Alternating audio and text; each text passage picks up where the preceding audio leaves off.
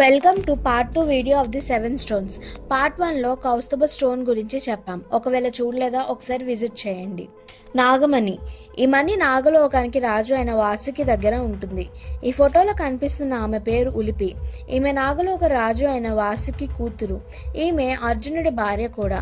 అర్జునుడికి ఒక శాపం ఉంటుంది. అదేంటంటే తన కొడుకు చేతిలోనే అతను యుద్ధం చేసి చనిపోతాడు. మన టాపిక్ పవర్ స్టోన్స్ గురించి కాబట్టే వేరేవేం చెప్పట్లేదు. సో అర్జునుడు తన కొడుకుతో యుద్ధం చేసి చనిపోయాడు. అప్పుడు వెంటనే ఉలిపి వాసుకి దగ్గర నుంచి తెచ్చిన నాగమణిని యూజ్ చేసి అర్జునుడిని మళ్ళీ బ్రతికిస్తుంది. ఇది జరుగుతుందని నాకు ముందే తెలుసు, అందుకే నాగమణి తెచ్చాను. ఇప్పుడే నీ శాపం పోయింది, నువ్వు కూడా బ్రతికావని అర్జునుడితో చెప్తుంది. ఈ నాగమణి నీ సోల్ స్టోన్ అనే పేరుతో అవెంజర్స్లో యూజ్ చేశారు. సోల్ స్టోన్ సోల్స్ని కంట్రోల్ చేస్తుంది. సేమ్ నాగమణి పవర్స్ కూడా అవే.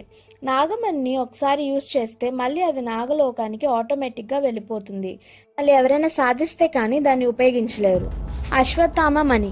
కృష్ణుడు అశ్వత్థామ దగ్గర మణి తీసేసుకొని యుధిష్ఠిరుడికి ఇస్తాడు. యుధిష్ఠిరుడు ఆ మణిని ఫ్యూచర్లో రాబోయే విష్ణు అవతారమైన కలికి కోసం దాచిపెడతాడు. ఫ్యూచర్లో కలికి అశ్వత్థామ ఇద్దరు కలిసి ఆ మణిని వెతికి కాళీ డెమాన్ మీద యుద్ధం చేస్తారు. అశ్వత్థామ మణి పవర్స్ ఏంటంటే అది ఉన్న వాళ్ళకి ఎలాంటి దెబ్బలు తగలవు.